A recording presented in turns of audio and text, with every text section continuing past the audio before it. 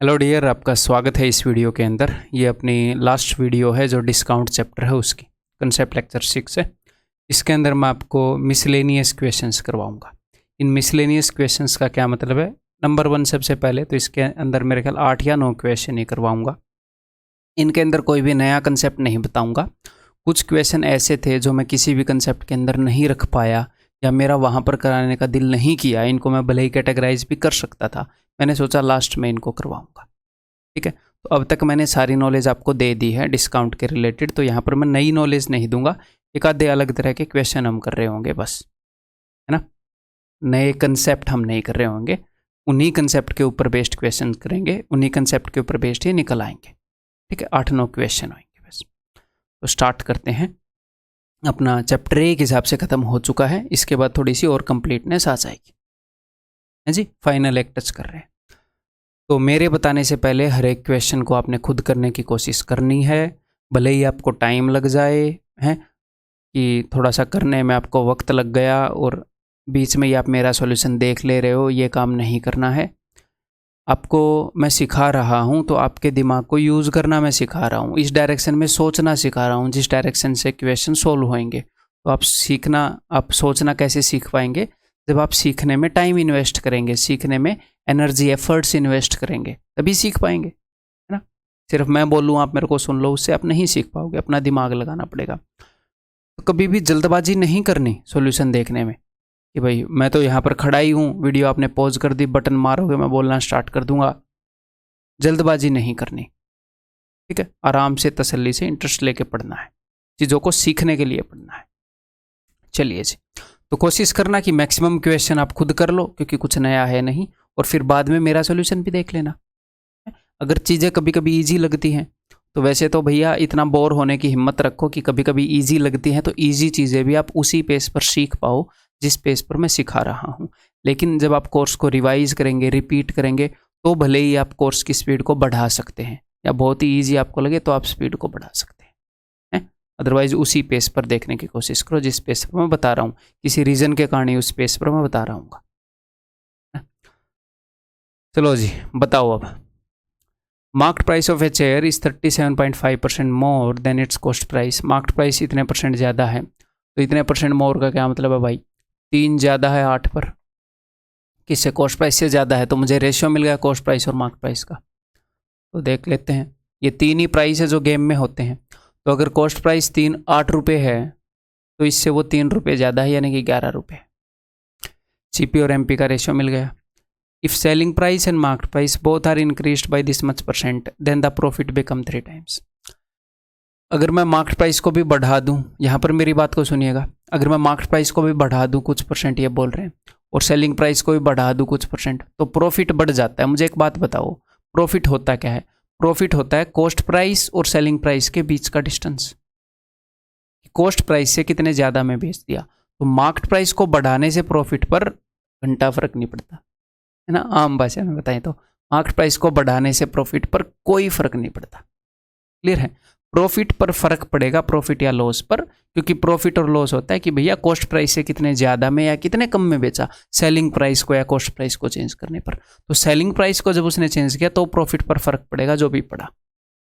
ठीक है, तो देखते हैं क्या फर्क पड़ा। ये चीज़ हमने पहले कर रखी है कि अगर सेलिंग प्राइस को इन्होंने बढ़ा दिया इतना, तो इतना बढ़ाने का क्या मतलब है? 4 बढ़ा दिया 9 पर। जब सेलिंग प्राइस को 4/9 बढ़ा दिया तो प्रॉफिट हो कितना गया? Profit becomes 3 times. लेकिन मैं इसमें इंटरेस्टेड नहीं हूँ कि प्रॉफिट हो कितना गया, ये कंसेप्ट हमने पहले किया है। प्रॉफिट बढ़ा कितना? बढ़ा है भाई साहब 2 टाइम्स। बढ़ा कितना? मैं इंटरेस्टेड हूँ बढ़ा कितना, इंक्रीज कितना हुआ? 1 से 3 हो गया। मैं इंटरेस्टेड हूँ कि भैया बढ़ा कितना। क्यों? क्योंकि जितना सेलिंग प्राइस बढ़ेगा, जितने रुपए उतने ही रुपए प्रॉफिट बढ़ जाएगा। जितने रुपए ज़्यादा में बेचोगे उतना ही ज़्यादा फायदा हो जाएगा पहले के कंपैरिजन में। तो यहाँ पर हम क्या कर सकते हैं कि सेलिंग प्राइस जितना बढ़ा प्रॉफिट भी उतना ही बढ़ा होगा। तो सेलिंग प्राइस कितना बढ़ा? 4/9 ऑफ सेलिंग प्राइस, 4/9, और प्रॉफिट बढ़ा 2 टाइम्स, खुद का 2 टाइम्स। तो सेलिंग प्राइस का जो 4/9 है वो प्रॉफिट के 2 टाइम्स के बराबर है, प्रॉफिट के 2 टाइम्स के बराबर है। ये हम पहले कर चुके हैं। तो 2×4, इससे आपको SP और P का रेशियो मिलेगा 9:2, तो इससे आपको कॉस्ट प्राइस भी मिल जाएगा। ₹9 में बेच रहा है, 2 का फ़ायदा हो रहा है, यानी कि पक्का ₹7 में चीज़ को लाया था, तभी तो 2 ज़्यादा में बेचकर फ़ायदा कमा रहा है ना। ठीक है, तो देखो आपको कॉस्ट प्राइस और मार्केट प्राइस का रेशियो तो पहले ही पता था। यहाँ से आपको कॉस्ट प्राइस और सेलिंग प्राइस का रेशियो पता चल गया है, तो आपको तीनों रेशियो पता चल गए। रेशियोज़ को मर्ज करो। भैया कॉस्ट प्राइस यहाँ पर 8 यूनिट है जी, यहाँ पर 7 यूनिट है, तो क्यों ना मैं ये करूँ 7 से इसको गुणा कर दूँ। 7 × 8 = 56, 7 × 11 77। ठीक है, ये मैंने क्यों किया है, कॉस्ट प्राइस अगर 7 है तो सेलिंग प्राइस 9 है, तो ये 7 है तो ये 9 है, तो ये 7 का कितने गुना है, 7 का 8 गुना, तो ये क्या हो जाएगा, ये 9 का 8 गुना। ये 7 है तो ये 9 है, ये 7 का 8 गुना, ये 9 का 8 गुना। मैंने क्या किया, मैंने कॉस्ट प्राइस को 8 का मल्टीपल भी ले लिया, 7 का मल्टीपल भी ले लिया। इन रेशियोज़ को मैंने 7 से मल्टीप्लाई किया, 7 × 8 = 56, 7 × 11। इन रेशियोज़ को मैंने 8 से मल्टीप्लाई किया, 8 × 7 = 56, 8 × 9 = 72। तो आपको CP, SP, MP सब कुछ आपको पता चल गया। अब ज़िंदगी में क्या चाहिए बताओ सवाल सोल्व करने के लिए, क्या और कोई इच्छा है लाइफ में इस सवाल को सोल्व करने के लिए। If the initial market price of A share, initial market price ये क्यों बोल रहा है, क्योंकि उसने मार्केट प्राइस को बढ़ाया था, ये खुद भी उसमें इंटरेस्टेड नहीं है जितना इसने बढ़ाया था। ये बोल रहा है इनिशियल, बढ़ाने से पहले वाला। अगर 77 यूनिट की वैल्यू मैं ये आपको बता रहा हूँ, एग्जामिनर बोल रहा है, तो इनिशियल SP यानी कि बढ़ाने, इसने SP को बढ़ा दिया था कि बढ़ाने से पहले SP की कितनी कीमत होगी, तो बढ़ाने से पहले ये थी। हम तो भैया बढ़ाने से पहले वाली पर सारी पर इंटरेस्टेड, हमने ये निकाली है। बढ़ाने के बाद इसको 4/9 बढ़ा देंगे तो बढ़ाने के बाद वाली भी आ जाएगी। ठीक है, तो अगर 77 यूनिट की वैल्यू ये है तो 1 यूनिट की वैल्यू होएगी जी ये, और 72 यूनिट की वैल्यू होएगी मेरे भाई ये। ठीक है, 11 7 11 3 11 5 7 से जाएगा 5 पर, 5 × 72 होता है 360, और एक 0 3600। आंसर इस ऑप्शन है। ठीक है जी, क्लियर। तो कुछ नया सिखाया मैंने नहीं, वो नीचे जो पर चल रहे हैं, अगले 7-8 क्वेश्चन में भी ऐसे ही चलेंगे। बताओ। Sam bought an article at ₹14,800। Sam ने इतने रुपए का खरीदा। He marks up the cost of the article and sells it in such a way that, उसने उसकी मार्केट प्राइस लिख दिया, कॉस्ट को बढ़ाकर लिख दिया, और इस तरीके से बेचा कि अगर वो इतने का डिस्काउंट देगा, then the loss occur to him is equal to profit earned by him when he will give 30% discount. इस टाइप का क्वेश्चन मैंने पहले करवा दिया है आपको, बस यहाँ पर ये फ्रैक्शन में है। तो मैं चाहता हूँ आप इन दोनों को फ्रैक्शन में कन्वर्ट करके एक बार खुद डील करने की कोशिश करो। अगर वो इतने का डिस्काउंट देगा तो उसको लॉस होगा, इतने का डिस्काउंट देगा तो उसको फ़ायदा होगा। इतने का डिस्काउंट देने पर जो उसको लॉस हो रहा है वो उसके बराबर है, इसके बराबर, उस फायदे के जो इतने के डिस्काउंट देने के बाद उसको हो रहा है। यानी कि इतने का डिस्काउंट देने के बाद वो फ़ायदे में है, यानी कि कॉस्ट प्राइस से ज़्यादा में बेच रहा है। ये डिस्काउंट देने के बाद वो लॉस में चला जाता है, यानी कि कॉस्ट प्राइस से कम में बेच रहा है। सिंपल सी बात है। मैं इसको फ्रैक्शन में डील करना चाह रहा हूँ, करने को हम परसेंटेज में भी कर लेंगे भाई, बट फ्रैक्शन में डील करना ईजी रहेगा। तो देखो, इसको मैं जल्दी करने का एक तरीका ही बताता हूँ। यहाँ पर आप जनरली क्या करते हो, 3 8 3 सिक्के 18, 1 कैरी, 3 8 24 और 1 25। मेरा क्या वैसे एक्चुअल बताऊँ तो सिर में दर्द है, लाइट गई हुई थी, गर्मी में बैठा था एक कमरे में, मेरे को रिलैक्स होना पड़ेगा। 3 का भाड़ा भी नहीं गाया जा रहा। 3 सिक्के 18, 1 कैरी, 3 चौके 12 और 1 13 प्लस 2, ऐसे हम करते हैं, है ना। लेकिन आप इसको 7 के साथ भी जोड़ सकते हो। कैसे जोड़ सकते हो, ऐसे जोड़ सकते हो, बताता हूँ। 3 सिक्के 18 और 2 20, ऐसे कर दिया करो। तो सर 20 में कैरी क्या आएगा, 2 आएगा, उस 2 को ध्यान रखो। 3 चौके 12 और 2 14, सारे को जोड़ सकते हो ऐसे, सिर्फ इसको नहीं, जो भी ऐसे हैं। जैसे मान लो 35 7/8 करूँ, 8 5 40 और 7 47, 4 कैरी, 8 3 24 और 4 28, गुणा करो और वो जोड़ दो इस टाइप से। अगर सर ये हो 17/18, करके देखते हैं, आपके सामने मैं दोनों तरीके से करके बताता हूँ। सर अगर ऐसे हो तो आप 2 तरीके से कर सकते हो भाई साहब। 18 5 90, 90 में पूरा 17 जोड़ दो। ठीक है, पहले नॉर्मल तरीके से बताता हूँ। 18 5 90, 0 9 कैरी आया, 18 3 54 और 9 630 प्लस 17 बटे में 18, तो ये कितना हो गया 647/18। अब हम इस तरीके से करते हैं, मैं एक एक डिजिट जोड़ूंगा, ध्यान से समझने की कोशिश करिएगा। 18 पंजे 90, 90 और 7, मैंने सिर्फ 7 जोड़ा, 97। ठीक है, 18 पंजे 90, 90 में सिर्फ 7 जोड़ा, 97, 9 कैरी। अब अगला डिजिट मैं कब जोड़ूंगा, जब मैं अगले के साथ गुणा करूंगा। 18 3 54 और एक 55, और ये 9 कैरी भी था, 55 और 9, सर गजब है। तो अब दूसरे तरीके से बताता हूँ। 18 पंजे 90, पूरे का पूरा जोड़ दो, 90 और 17, 90 और 17 हो जाएंगे जी अपने 107। तो अब की बार कैरी क्या आ गया, 107 में से सिर्फ 7 लिखोगे तो सर 10 कैरी आ गया। तो 18 3 54, 54 और 10 64। बताओ सेम है कि नहीं? ठीक है, क्लियर है। यहाँ पर कुछ लिखना तो हमने है नहीं, मिटा देते हैं सारे को। देखो, तो इसको मैं फ्रैक्शन में कन्वर्ट कर रहा हूँ। 3 6 18 और 2 20, 2 3 के 12 और 2 14। थोड़ा सा जल्दी कन्वर्ट करना आ गया ना, अभी मिक्स्ड फ्रैक्शन को डील करना। 20 7 14 और भैया 20 5, तो ये हो गया 7/15। तो 7/15 का डिस्काउंट, यानी कि 15 रुपये के ऊपर 7 रुपये का डिस्काउंट, और दूसरा है 30% का डिस्काउंट, यानी कि 10 रुपये के ऊपर 3 रुपये का डिस्काउंट। ठीक है, तो जो डिस्काउंट होता है वो किसके ऊपर होता है, मार्केट प्राइस के ऊपर। तो अगर मार्केट प्राइस 15 है तो 7 का डिस्काउंट, अगर मार्केट प्राइस 10 है तो 3 का डिस्काउंट। क्यों ना मैं ये करूँ, मैं मार्केट प्राइस को सेम कर लूँ, जो 15 से भी डिवाइड होता हो, जो 10 से भी डिवाइड होता हो, है ना। तो मार्केट प्राइस को मैंने मान लिया 30। ठीक है, तो मैंने मार्केट प्राइस को क्या मान लिया मेरे भाई, 30। एक बार जब वो बेच रहा है तो फायदा हो रहा है, एक बार जब वो बेच रहा है तो लॉस हो रहा है। मैंने यहाँ पर कॉस्ट प्राइस मान लिया। एक बार जब वो बेच रहा है तो कॉस्ट प्राइस से ज्यादा में बेच रहा है, एक बार जब बेच रहा है तो कॉस्ट प्राइस से कम में बेच रहा है। ठीक है, जब वो इतने में बेच रहा है तो उसको लॉस हो रहा है, यानी कि इतने में बेच रहा है तो उसको लॉस हो रहा है। 15 के ऊपर 7 का डिस्काउंट दे रहा है, तो 15 का डबल क्या है, 30। मैंने 30 मान लिया, तो 30 के ऊपर 7 का डबल 14 का डिस्काउंट देगा, तो यानी कि 16 में बेच रहा है। इसके ऊपर मैंने 14 का डिस्काउंट। अगर मार्केट प्राइस 30 यूनिट है तो 16 यूनिट में बेच रहा है। ठीक, लॉस हो रहा है, इसलिए कॉस्ट प्राइस से पहले लिख दिया।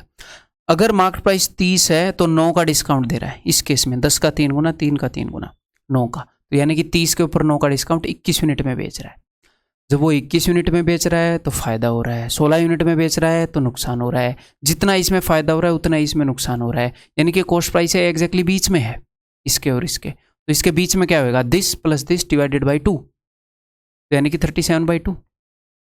ये 37/2 यूनिट है, ये इतने यूनिट है, ये इतने यूनिट है, ये इतने यूनिट, ये इतने यूनिट। इनमें से किसी एक की वैल्यू देनी पड़ेगी उसको अगर कुछ चाहिए तो। Sam bought an article at this much rupees, इतने रुपए का खरीदा, इतने रुपए का खरीदा, इतने यूनिट की वैल्यू दे दी। अब वो कुछ ना कुछ पूछेगा आपसे, फाइंड द मार्केट प्राइस, तो इतने यूनिट की वैल्यू बताओ।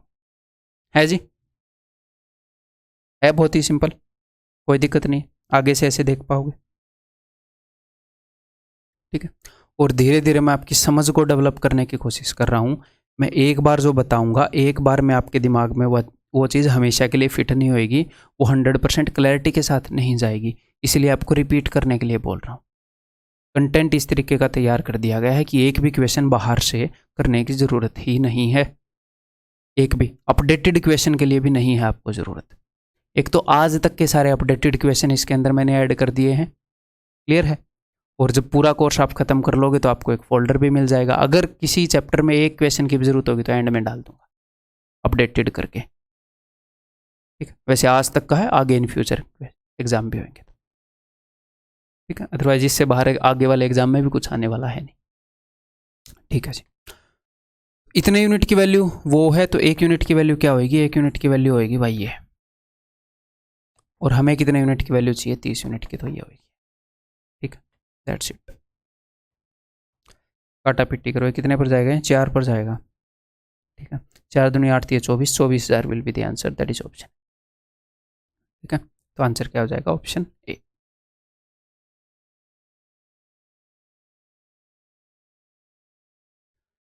A merchant bought an article after getting 35% discount on its MRP। MRP के ऊपर उसने 35% डिस्काउंट पर एक आर्टिकल खरीद लिया, यानी कि अगर MRP 100 रुपये है तो उसने कॉस्ट प्राइस उसका है 65 रुपये। अगर ये 100 यूनिट है तो ये 65 यूनिट है। सिर्फ हमें रेशियो पता चलता है, एक्चुअल चीज़ें कहाँ पता चलती हैं, सिर्फ यूनिट्स में। मर्चेंट ने खरीदा है, अब ये मर्चेंट आगे भी बेचेगा, तो ये मर्चेंट का कॉस्ट प्राइस है।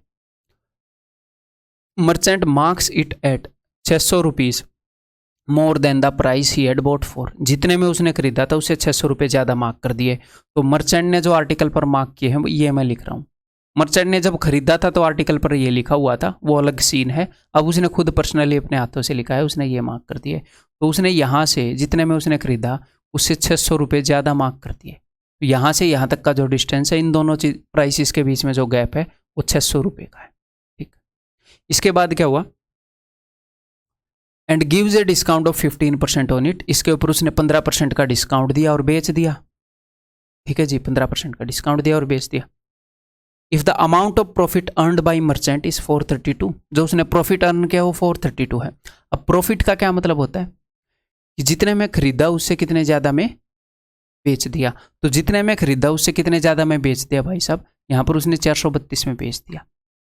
तो मुझे एक बात बताओ, यहाँ से लेकर यहाँ तक 600 रुपये का गैप है, यहाँ से लेकर यहाँ तक 432 का गैप है। तो ये जो बचा हुआ गैप है ये आप मुझे बता सकते हो कितना है? यहाँ से यहाँ तक 600 का है, तो 600 में से 432 अगर मैं घटाऊंगा तो ये कितने का है? ये 168। मैंने किया क्या है, 600 माइनस 432। ये जो डिस्टेंस है ये 168 रुपीज़ का है, यानी कि मार्केट प्राइस से 168 कम सेलिंग प्राइस है। और एग्जामिनर ने क्या बोला, एग्जामिनर ने बोल रहा है 15% डिस्काउंट पर बेचा है इसने।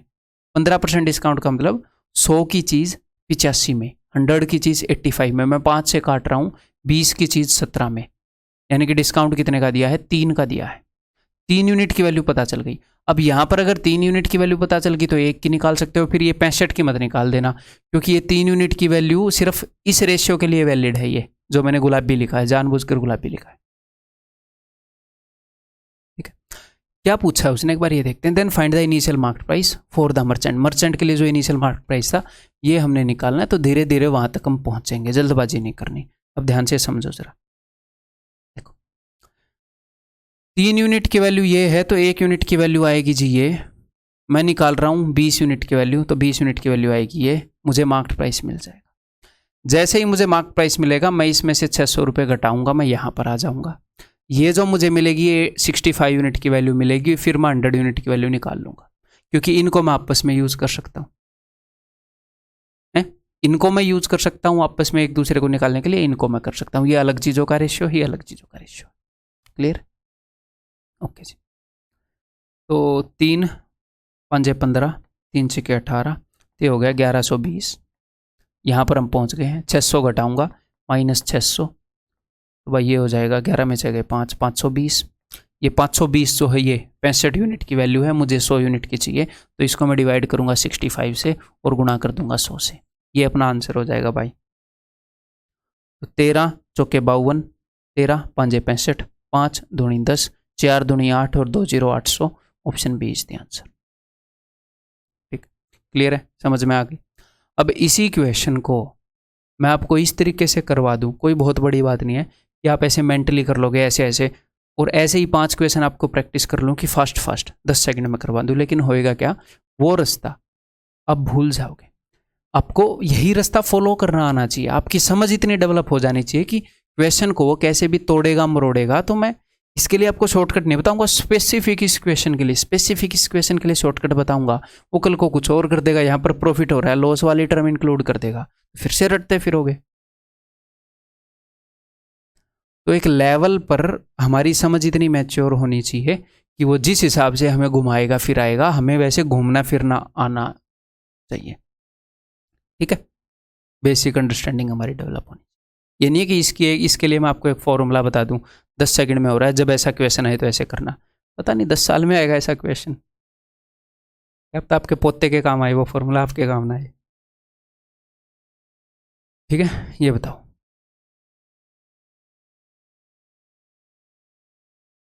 If the discount on a book is 30% of the selling price, एक बुक के ऊपर जो डिस्काउंट है वो सेलिंग प्राइस का 30% है। तो मैं एक बार तीनों प्राइस लिख लूँ ना।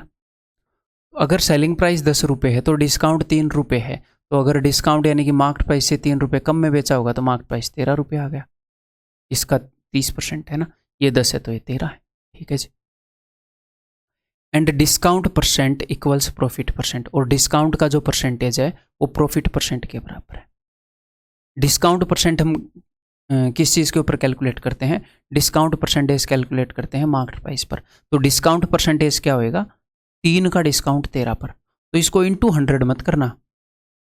जो परसेंटेज है आपको खुद पता लग रहा है कि गंदा सा आएगा 13 से डिवाइड करेंगे तो, और अगर मान लो डिवाइडेड बाई 13 है तो हम उसको फ्रैक्शन में ही यूज़ करेंगे। डिवाइडेड बाई 13 है और अगर इसकी वो परसेंटेज भी आपको दे देगा तो मैं तो आपको यही बोलूँगा ना कि 100 से डिवाइड करके इसकी वो बनाओ फ्रैक्शन, तो इसको फ्रैक्शन में यूज़ करना सीखो। उसने आपको परसेंटेज बताया है कि डिस्काउंट परसेंटेज और प्रॉफिट परसेंट दोनों बराबर है, उसको फ्रैक्शन में यूज़ करना सीखो। डिस्काउंट 13 पर 3 का डिस्काउंट है, ये फ्रैक्शन है, इसको परसेंटेज में बदलो चाहे इंटू 100 करके, या ऐसे ही आप ये समझ लो अगर 13 पर 3 का डिस्काउंट है तो 13 पर 3 का प्रॉफिट है। इसका मतलब ये अगर 13 है तो ये क्या है, ये 16 है। ये भी एक वे है सेम बात को बोलने का। डिस्काउंट परसेंटेज प्रॉफिट परसेंट के बराबर है, तो यानी कि 13 पर 3 का डिस्काउंट है तो 13 पर 3 का प्रॉफिट है। कॉस्ट प्राइस 13 है तो 3 का प्रॉफिट। तो अब सेलिंग प्राइस एक हिसाब से 16 है, एक हिसाब से 10 है, क्यों ना सेम कर ले। तो भाई ऐसी किस चीज़ से मल्टीप्लाई करूँ कि ये 16 और ये 10 दोनों सेम हो जाए, तो ऊपर मैं करूँगा 5 से और नीचे मैं करूँगा 8 से। 16 5 80, मैंने 16 का वो वाला मल्टीपल देखा जिसके अंदर 0 आती हो। तो ऊपर अगर मैं 5 से करूँगा तो 13 5 65, 5 16 5 80, 10 8 80, और इसको मैं 8 से कर रहा हूँ ना, 8 × 13 104। तो इन तीनों का रेशियो आ गया। क्लियर? ओके जी। इसने अब पूछा क्या है, then the ratio of discount offered to cost price, जो डिस्काउंट ऑफर किया है उसका और कॉस्ट प्राइस का रेशियो। तो अब तो आप इजीली बता ही दोगे, डिस्काउंट बटे में कॉस्ट प्राइस कितना है 65 यूनिट। डिस्काउंट कितना है भैया, डिस्काउंट है जी 24 रुपये। 104 की चीज़ को 80 में बेचा जा रहा है, 24:65, ऑप्शन बी। क्लियर है? बहुत ही सिंपल है। इसको एक और तरीके से कर सकते थे, देखो इतना कुछ करने की भी ज़रूरत थी नहीं वैसे, अगर आप थोड़ा सा ध्यान से इसको समझ पाओ। उसने क्या बताया कि जो भी डिस्काउंट परसेंटेज है वही प्रॉफिट परसेंटेज है। तो डिस्काउंट कितना है 3 का 13 पर, तो प्रॉफिट भी 13 के ऊपर 3 रुपये का है, अगर डिस्काउंट 13 पर 3 रुपये का है तो। ठीक है, तो इसका मतलब क्या है, इसका मतलब ये है कि कॉस्ट प्राइस को अगर मैं 16/13 कर दूँ तो सेलिंग प्राइस आ जाएगा। ये आपको अलग से लिखने की ज़रूरत नहीं है, इतना दिमाग में सोच सकते हो कि कॉस्ट प्राइस 13 है तो सेलिंग प्राइस 16 है। ठीक है, तो सेलिंग प्राइस मेरे पास पड़ा है, आप बोलोगे सर पड़ा है, तो इसको अगर मैं कर दूँ 13/16, देखो कॉस्ट प्राइस को 16/13 करूँगा तो ये आएगा, इसको मैं 13/16 कर दूँ तो ये आएगा। तो बताओ कॉस्ट प्राइस को एग्जैक्टली सॉल्व करने की ज़रूरत है नहीं, हमें सिर्फ रेशियो ही बताना है। डिस्काउंट कितना है जी 3 रुपये का, 3 का और इसका रेशियो बताना है, तो 3 बटे में 10/13/16 वो चला जाएगा ऊपर, 2 8 2 5 24:65, वही आया कि नहीं जो मैंने निकाला था, ऑप्शन बी। क्लियर है? ठीक है। A person marks his 40 items eight 20% above the cost price. ठीक है, 40 आर्टिकल्स को 20% अबव उसने मार्क कर दिया। He sells 10 items at 10% discount, 20 items at 15% discount on the market price. What is the maximum discount he can offer on remaining items if he still gets some profit? What is the maximum discount he can offer on the remaining item? English को अगर थोड़ा सा अच्छा करें, so that he still gets some profit. Maximum कितना discount, उसने कुछ item कुछ डिस्काउंट पर बेचे, कुछ आइटम कुछ डिस्काउंट पर बेचे, मैक्सिमम कितना डिस्काउंट दे सकता है बाकी बचे हुए आइटम पर ताकि फिर भी उसको प्रॉफिट हो। ठीक है, राउंडेड ऑफ का मतलब क्या है कि 25 26 ऐसे पॉइंट्स में नहीं देना, उसको नुकसान नहीं होना चाहिए। मैक्सिमम कितना डिस्काउंट, मैक्सिमम डिस्काउंट देने की कोशिश करनी है। चलिए जी करते हैं। ठीक, तो 40 आइटम है, उसने 20% 20% अबव ऑफ, तो यहाँ पर आएगा नहीं, अबव द कॉस्ट प्राइस उसने मार्क की है। तो मैं क्या मान लेता हूँ कि अगर आर्टिकल 5 रुपये का था तो उसने 6 रुपये लिख दिया, ये कॉस्ट प्राइस है, ये मार्केट प्राइस है। ठीक है, और उसके बाद उसने क्या किया, उसने ये डिस्काउंट भी दिए हैं 15% का और 10% का, यानी कि मार्केट प्राइस को कम करके बेचा है। तो क्यों ना मैं 50 और 60 कर लूँ या 500 या 600 कर लूँ, ताकि मैं 10% कम कर पाऊँ। इसको मैं 10% कम कर पाऊँगा, जी हाँ। इसको मैं 15% कम कर पाऊँगा, जी हाँ। तो मैंने 50 और 60 मान लिया। ठीक है, तो एक आर्टिकल की कीमत मानी है मैंने, 50 रुपये का लाता है, 60 का बेच देता है। ठीक है, वो आर्टिकल लाया कितने हैं? वो आर्टिकल लाया है जी 40 आइटम, लाया कितने हैं? 500 के। तो 40 इंटू 500, टोटल उसका कितना खर्चा है भाई साहब का? सॉरी 40 इंटू 50 के लाया है, टोटल कितना खर्चा है? 2000 का। तो बस मुझे 2000 से कम में नहीं बिकवाना, नहीं तो नुकसान हो जाएगा। ठीक है, तो देखते हैं। तो 10 आइटम उसने क्या किया, 10 आइटम उसने बेच दिए भाई साहब एट 10% डिस्काउंट। तो कितने में बेच रहा है? इसके ऊपर अगर आप 10% डिस्काउंट दोगे तो इसका 10% है 6 माइनस 6, 54 रुपये। अगर आप 54 रुपीज़ में बेचोगे तो फ़ायदा कितने का होएगा? या फिर ये कर लेते हैं 54 में ही मान लेते हैं। 10 आइटम उसने 54 में बेचे तो टोटल उसने 540 रुपये कमा लिए, है ना। 10 आइटम 54 में बेचे, अब तक 540 रुपये, मतलब कि नेट उसके पास जो इनकम आ रही है ये है, ये सिर्फ प्रॉफिट नहीं है, ये है नेट। ठीक है, मुझे 2000 से कम में नहीं बेचना, नहीं तो नुकसान हो जाएगा। ठीक है, बाकी के 20 आइटम उसने कैसे बेचे? बाकी के 20 आइटम उसने 15% डिस्काउंट पर बेचे, तो इसके ऊपर 15% डिस्काउंट करो, इसका 10% कितना है? 6। ठीक है, और 5% कितना हो जाएगा? 3। 15% कितना हो जाएगा? 9। तो कितने में बेचे? 51 में। तो कर दो गुणा। अब तक उसके पास कितने रुपए आ गए? उसके पास आ गए इतने रुपए से। ठीक है, तो टोटल कितने, अब बाकी कितने आर्टिकल बचे? 20 और 10 30, बाकी बचे 10। ठीक है, तो टोटल कितने रुपए आ गए उसके पास? उसके पास आ गए 10 और 5 1560, इतने रुपए आ गए। ठीक है, टोटल। अब देखो मार्केट प्राइस कितना है? मार्केट प्राइस है जी 60, आइटम है 10, तो इनको वो कितने में बेच सकता है? मार्केट प्राइस के हिसाब से इनको वो 600 में बेच सकता है कि नहीं? अब ये 10 आर्टिकल है, इनके ऊपर रेट क्या लिखा हुआ है? इनके ऊपर रेट लिखा हुआ है 600। अगर वो डिस्काउंट ना देगा तो ये 600 में जाएंगे। मुझे देखना है कि मैक्सिमम कितना डिस्काउंट दे सकता है। तो मुझे अब यहाँ से पता चलेगा कि भाई साहब 1560 रुपये आ गए। लगाए कितने थे? लगाए थे मेरे भाई 2000। और कितने रुपए कमाने हैं ताकि नुकसान ना हो? कम से कम 2000 तो अपने निकालें। और उसने कमाने हैं, ये मैंने ठीक किया है ना? हाँ ठीक ही किया है। और उसने कमाने हैं जी 440, 2000 माइनस 1560, 440 रुपये और कमाने हैं। तो मैं क्या चाहता हूँ, मैं 600 में ना बेचकर अगर 440 में भी बेच दूंगा तो बल्ले बल्ले, नुकसान नहीं होएगा। तो मैक्सिमम अगर मुझे डिस्काउंट देना है तो मैक्सिमम कितना डिस्काउंट दूं कि 440 में ही बेच दूं? तो बताओ कितने का डिस्काउंट दूं यहाँ पर, बताओ। तो यहाँ पर डिस्काउंट दूंगा 160 का। 600 लिखा हुआ है, मैं 440 में बेच दूंगा तो फायदा नहीं होगा। तो मैक्सिमम मैं 160 का डिस्काउंट दे सकता हूँ, कितने पर? 600 के ऊपर। मार्केट प्राइस तो ये है, तो ये मैक्स डिस्काउंट दे सकते हैं भाई। ठीक है, अब इसको काटने की कोशिश करते हैं। 6 दूनी 12, 6 छिके 36, 26 2/3% का डिस्काउंट दे सकता हूँ मैं मैक्सिमम।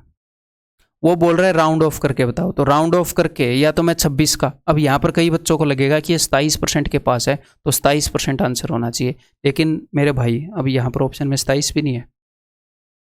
मैंने 27 ऑप्शन क्यों नहीं दिया यार? दे देता पहले तो सॉल्व किया ही है क्वेश्चन, गड़बड़ तो नहीं कर दिया कोई। 10%, 20 आइटम पर 15%, 6 और 3 और 10% अगर इसका मैं दूंगा तो 6, 54, 540, 15% दूंगा तो 9 का 51 में बेचेंगे। 2 एकम 2, 2 5 10। ठीक है, 540, 1560, कोई गड़बड़ नहीं है। ठीक है, तो भाई अगर मैं 27% का डिस्काउंट दे दूंगा तो वो नुकसान में चला जाएगा, नुकसान नहीं करना। तो मैक्स अगर राउंड ऑफ में डिस्काउंट देना चाहूँगा तो मैं 26% का ही दे सकता हूँ, 27 का नहीं दे सकता। तो यहाँ पर आंसर क्या हो जाएगा? Option B. मैं क्यों चेक कर रहा था? क्योंकि मैंने पहले ध्यान दिया होता तो मैं 27 देता, ताकि कोई बच्चा तो गलती करे। इतना काम तो मैं कर देता हूँ आपके लिए। ठीक है जी, समझ में आ गई बात? ये बताओ।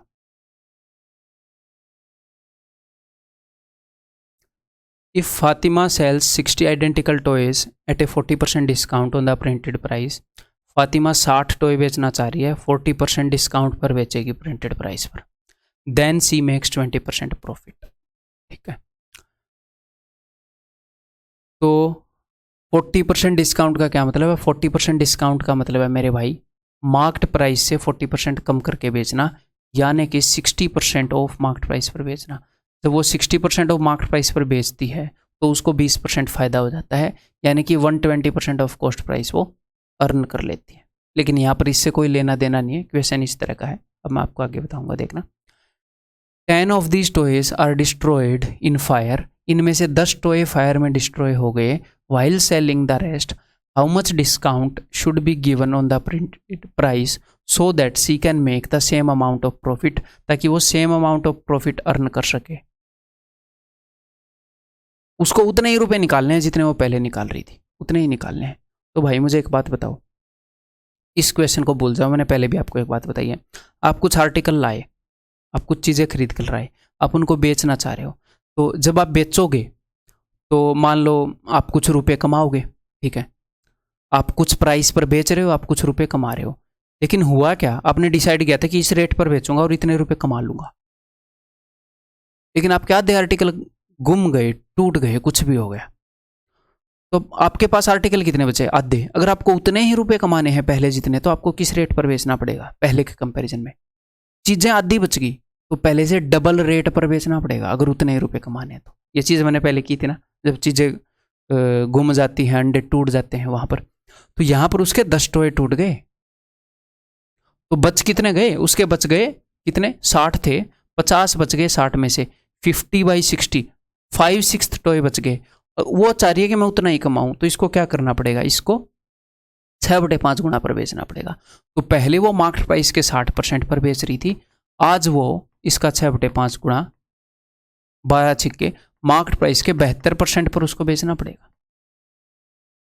पहले के कंपैरिजन में रेट 6/5 गुना करके बेचना पड़ेगा, तो 60% के कंपैरिजन में 72%। तो अगर वो 72% ऑफ मार्केट प्राइस पर बेचेगी उसी फायदे के लिए, तो प्रॉफिट कितना, सॉरी डिस्काउंट कितना दिया भाई?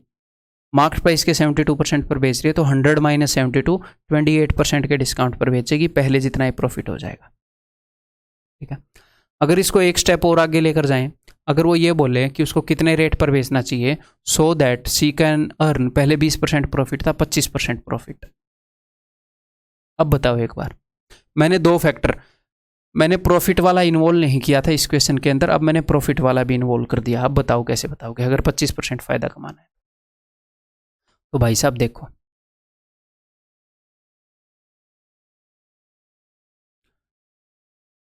पहले वाला फैक्टर है कि उसके 10 टॉय जो हैं वो डिस्ट्रॉय हो गए, तो उसके पास सिर्फ 5/6, उसके पास नंबर ऑफ टॉय कम बचे हैं, तो भाई साहब रेट को थोड़ा बढ़ाना पड़ेगा। अगर आपको उतना ही प्रॉफिट चाहिए तो भी आपको 60% गुणा में 6/5 इतने गुणा पर बेचना पड़ेगा। आपको उतने ही रुपए मिलेंगे जितने पहले जितने मिलते थे, ठीक है। लेकिन अब एक और फैक्टर चेंज हो गया, पहले उसको मिलते थे कॉस्ट प्राइस के 120%, अब उसे चाहिए कॉस्ट प्राइस के 125%। अब उसको ज़्यादा चाहिए, ज़्यादा चाहिए, तो बड़ी फ्रैक्शन क्या मिलेगी इसमें? 125/20, इससे मल्टीप्लाई करोगे। ज़्यादा रुपए चाहिए तो भैया ज़्यादा पर बेचना पड़ेगा।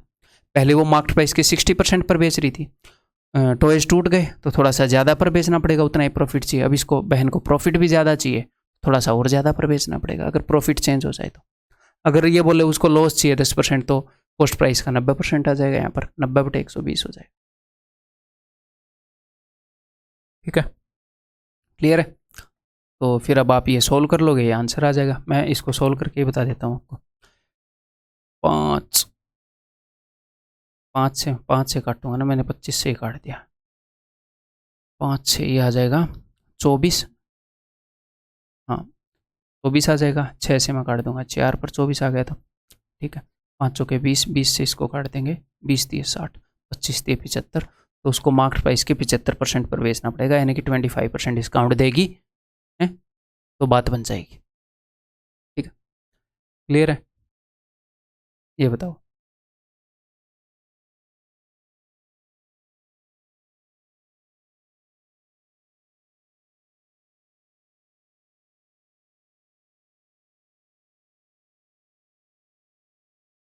A wholesaler sold a washing machine at a discount of this much percent on the market price and he make a profit of this much percent, but he calculates his profit percentage on sum of cost price and selling price। एक तो number 1, कई बच्चे इन चीज़ों को देखकर डर जाते हैं।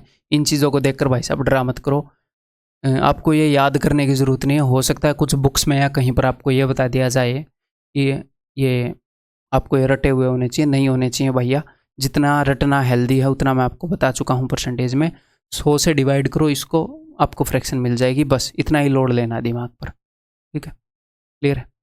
तो ठीक है, सबसे पहले इसने क्या बताया कि वॉशिंग मशीन 20% डिस्काउंट पर बेच रहा है वो, और वो प्रॉफिट कमा रहा है इतने का, लेकिन ये प्रॉफिट जो इसने कैलकुलेट किया है ये कॉस्ट प्राइस और सेलिंग प्राइस के सम पर कैलकुलेट किया है, तो कोई बड़ी बात नहीं है। पहले तो मैं इसको फ्रैक्शन में कन्वर्ट करूंगा, तो फ्रैक्शन में कैसे कन्वर्ट कर सकते हैं, मैंने आपको ईजी तरीका बताया है ना। देखो 12 7 84, इन दोनों की गुणाई करनी है ना, 12 7 84, मैंने सीधा 16 जोड़ दिया, 84 एंड 16 100, लेकिन लिखूंगा एक ही, 10 कैरी आ गया, 100 की जीरो लिखी, 10 कैरी आ गए। अब 16 तो मैंने पूरा का पूरा जोड़ दिया है ना, और नीचे इनकी गुणाई है, 57 इंटू ये कर लो या 10 इंटू ये कर लो, बात तो एक ही है, बस नीचे 57 लिखा जाएगा, है ना। तो 12 5 60 और 10 70, ठीक है। 12 होगा क्या, इन दोनों की गुणा है और 16 जोड़ना है, तो इसको इससे गुणा करके जोड़ दो या इसको इससे गुणा करके जोड़ दो, बात तो सेम ही है ना, बस नीचे 57 लिख दोगे। ठीक है, तो ये इसका आ गया, इसका मान, इसको मैंने डिवाइड कर दिया जी 100 से, 2 जीरो से 2 जीरो गई, 7/57, तो उसको 7 रुपये का प्रॉफिट हो रहा है। किस पर? नॉर्मली प्रॉफिट होता है कॉस्ट प्राइस पर, बट इस महान इंसान ने प्रॉफिट कैलकुलेट किया है कॉस्ट प्राइस और सेलिंग प्राइस के सम पर। जो भी प्रॉफिट है वो कॉस्ट प्राइस और सेलिंग प्राइस के सम का कितने परसेंटेज है, ये इसने बताया।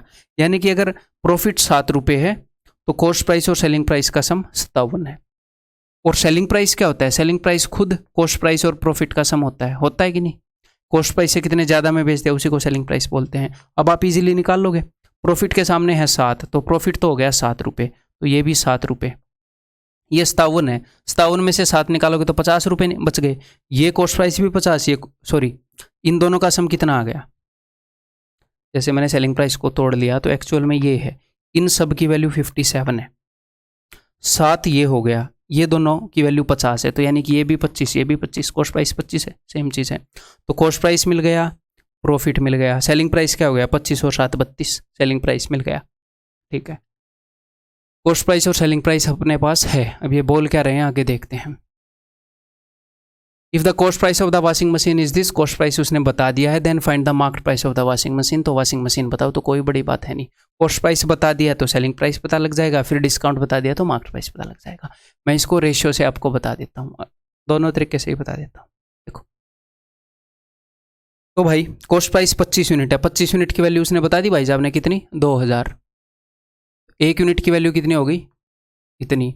हमने सेलिंग प्राइस निकालना है, सेलिंग प्राइस कितना है? 32 यूनिट्स, 25 + 7 32 यूनिट्स, तो ये हम सेलिंग प्राइस पर पहुंच गए। और सेलिंग प्राइस 20% डिस्काउंट के बाद आ रहा है, यानी कि सेलिंग प्राइस जो है 4/5 है मार्केट प्राइस का, तो इसको 5/4 करूँगा तो ये मार्केट प्राइस। ऐसे एक स्टेप में आप कर सकते हो, या आप रेशियो भी निकाल सकते हो, रेशियो से ही बताऊँगा, टेंशन मतलब। ठीक है, क्लियर है? 25 चौके 100, तो 2 जीरो को उड़ा दो मेरे भाई। ठीक है, वैसे उड़ाना तो नहीं चाहिए था, हाँ इसमें उड़ाना मजबूरी थी, है ना। तो 20 पंजे 100, 32 के साथ 2 जीरो जुड़ेंगे, 3200 इज द आंसर। अदरवाइज इसको कैसे कर सकते थे?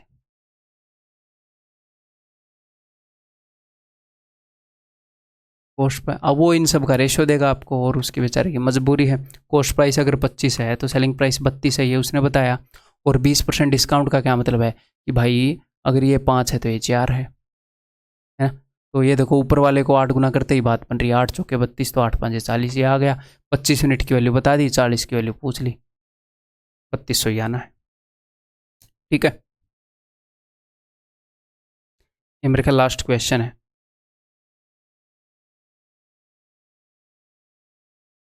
और लाइट चली गई है, चलो बढ़िया बात है, लेट लाइट गई। ये बताओ, the initial profit percentage for a shirt is 87.5%, which is sold after giving a discount of 20%। Initial profit percentage इतनी थी और 20% के डिस्काउंट के बाद वो दी जा रही थी। ठीक है, due to some reason the cost price of making a shirt, ये होएगा the price of making a shirt increases, cost price of making a, चलो the cost price of making a shirt, ये भी ठीक है, इंक्रीजेस बाई 25%, जो cost price है shirt को बनाने का वो बढ़ गया। और shirt is sold after raising the market price by ₹500। तो कुल मिलाकर हो क्या रहा है? कुल मिलाकर इस स्टेटमेंट के बाद इसने कॉस्ट प्राइस में कुछ चेंज किया, इसने मार्केट प्राइस में कुछ चेंज किया, ये कुछ कुछ चेंजेस ला रहा है। इस वाली स्टेटमेंट से मैं एसपी, सीपी, एमपी इन सब का रेशियो निकाल सकता हूँ। मुझे डिस्काउंट बता दिया, मुझे प्रॉफिट बता दिया, इसके बाद एक इमेजिनरी सिचुएशन क्रिएट हो सकती है। डिस्काउंट बताते ही एमपी और एसपी का पता लग गया सब कुछ, प्रॉफिट या लॉस बताते ही सीपी और एसपी का पता लग गया सब कुछ, पूरी सिचुएशन तैयार है अपने लिए उन चीज़ों से। तो प्रॉफिट कितने का है तैयार कर लेते हैं फिर। प्रॉफिट है 7/8 का, 87.5 is 7/8, 8 रुपये के ऊपर 7 रुपये का, तो यानी कि कॉस्ट प्राइस 8 है तो सेलिंग प्राइस 15 है। प्रॉफिट 7/8, 7 रुपये का 8 पर, 8 और 7 15, ठीक है। और डिस्काउंट है 20 का, यानी कि अगर चीज़ खरीदी जा रही है 5 की, सॉरी खरीदी नहीं, अगर चीज़ का मार्केट प्राइस 5 है तो 20% के डिस्काउंट के बाद 4 रुपये में बेची जा रही है। क्यों ना इनको सेम कर ले, नीचे वाली वैल्यूज को 4 से गुणा करूँ, 4 8 32, 4 × 15 60, ऊपर वाली को 15 से, 15 चौके 60, 15 5 75, ये सिचुएशन क्रिएट हो गई। अगर ये 32 यूनिट है, ये 60 यूनिट है, तो ये 75 यूनिट है। क्लियर है? ठीक है जी, लाइट आ गई है। ठीक है, देखो अब इसने क्या किया, अब ये कुछ कुछ चेंजेस कर रहा है। एग्जामिनर ये बोल रहा है कि जो कॉस्ट प्राइस है वो भाई साहब 25% बढ़ गया है, तो ठीक है इसको मैं 25% बढ़ा रहा हूँ। नया कॉस्ट प्राइस क्या हो जाएगा, इसको 25% बढ़ाओगे यानी कि 1/4 बढ़ा दो।